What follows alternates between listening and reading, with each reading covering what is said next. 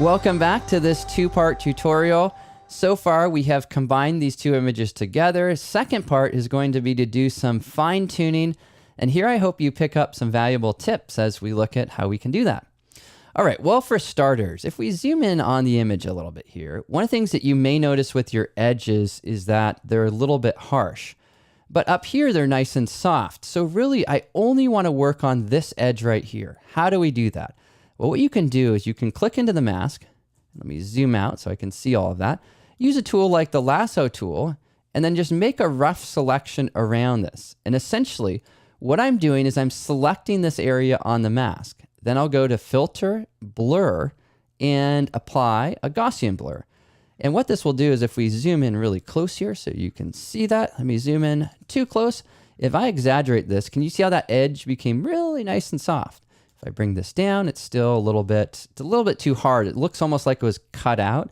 And that happens sometimes with selection. So I want to soften this.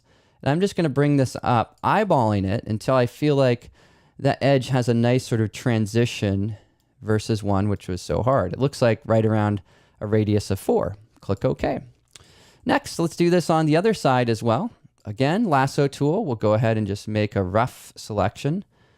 And you have to keep in mind that you have to be on the mask for this. What I mean by that is you can see that I'm on the mask, not the image. The white brackets show you where you are. This is I'm on the image, click here. Now I'm on the mask. If you option click on a Mac, alt click on Windows on the mask, it will show it to you in this black and white view.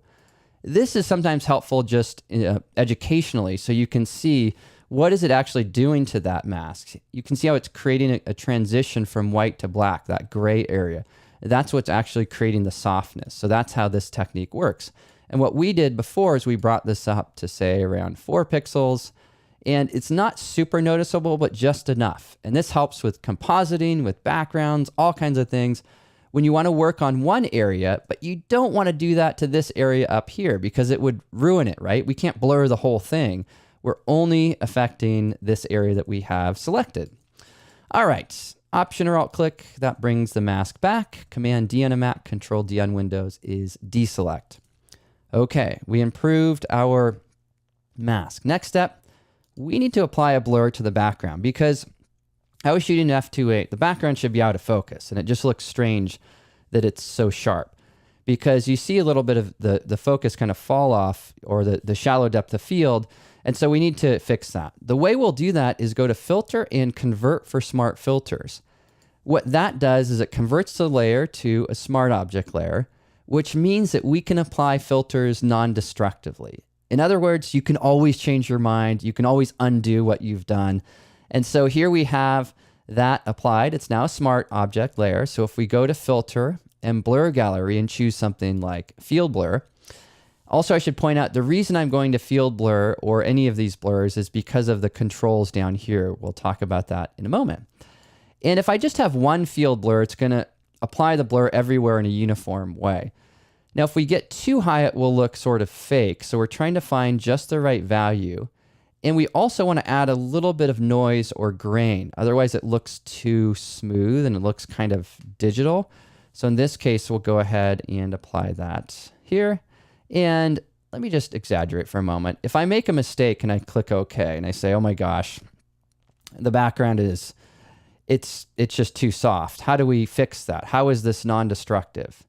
We'll go to the layer and then click on the word Blur Gallery or whatever filter you have. I should say double click on it. That brings you back up and then you can say, well, hey, yeah, right around there. Then click OK to apply that. Now at this point, once we see what the blur likes, we probably will need to fix up our mask a little bit. So I'll go to my mask, grab a brush. I'm going to paint with black with a nice small brush. And I'll use opacity somewhere up above 50. I'm at 70. And I'm just going to look to kind of fix up any little issues. Like the hair looked kind of strange right here, so I'm going to paint that away. There's a little bump on the sweatshirt right there. I'm just going to take that off.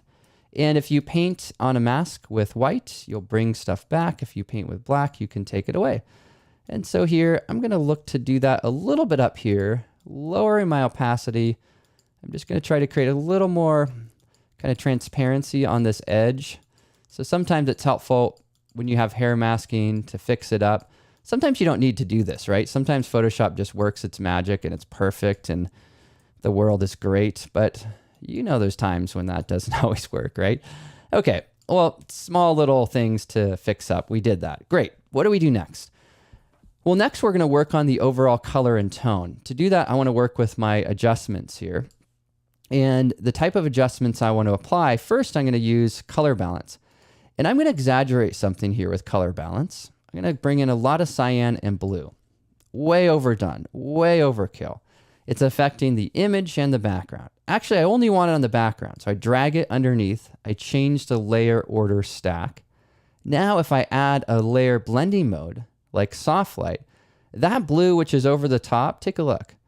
Now it's actually not that bad, right? I mean, that isn't horrible. So if we compare that with normal, it looks kind of just chalky and strange. Soft light looks a lot better.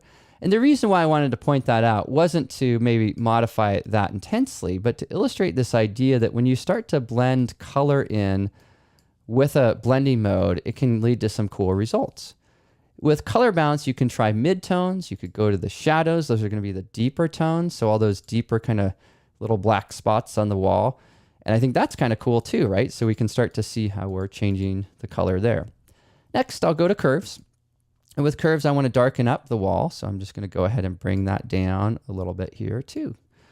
And great. So let me zoom out so you can kind of see how we're doing here.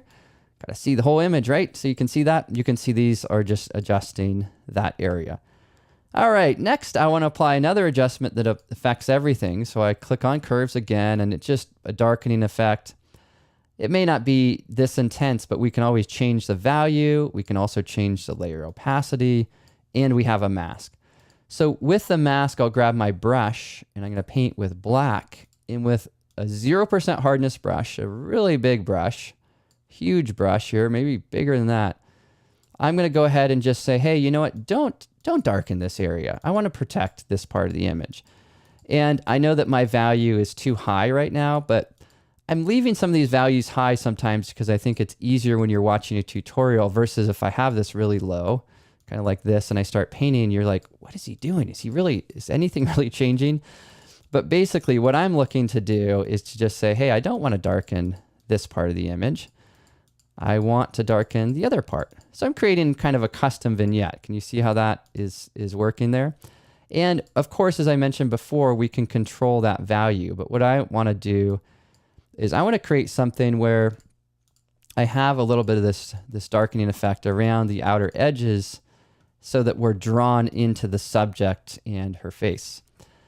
Now that I've done that, I'm also noticing that I think the lower portion of the image is too bright. So I'm going to go back down beneath my image here, or beneath the photograph of the person.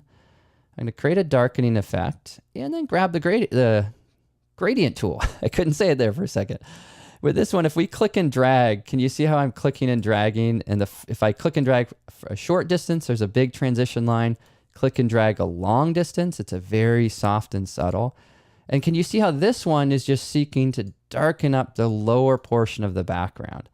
And what I want to do is I want that to be a little darker. Again, I'm trying to sort of increase the viewer's view towards the face. So I want to kind of lift the view up to this area up here.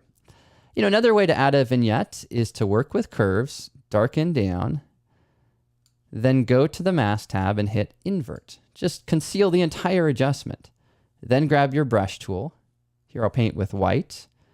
Again, no hardness. Again, really big brush.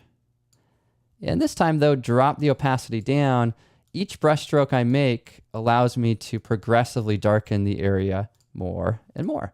And this way I can kind of customize it. And as you make brush strokes like this, what can happen is those brush strokes can become a little bit noticeable. If that's ever the case, just increase the feather value and that will soften all your brush strokes. It will kind of blend them together. All right, well, I think this is looking great. Now that we're at this point, for me, to finish it off, I want to crop the image. So I'll grab the crop tool and I'm just going to crop up a little bit. I feel like I want to do that. So I'll double click in order to apply that and maybe bring in the top a little bit down as well. So kind of making these final adjustments here near the end. And after having done that, one of the things I like to do is to review the image in full screen. So once this is done rendering, I will press F to go to full screen. And when you're in full screen, let me zoom in even more so you can see that a little better. You can pull up the layers panel by pressing the F7 key. And I want to do that so that we can walk through and I can kind of reiterate some of the steps that we've taken in order to work on this project.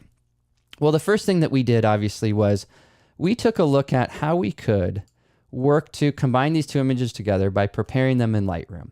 Then we sent them over to Photoshop. In Photoshop, we removed the subject from her background using quick select and mask. Then we had the background underneath there, which we customized using some different layer adjustments or adjustment layers. We used color balance, curves. Also, we used another curves with a little bit of a gradient on it just to darken up that lower area.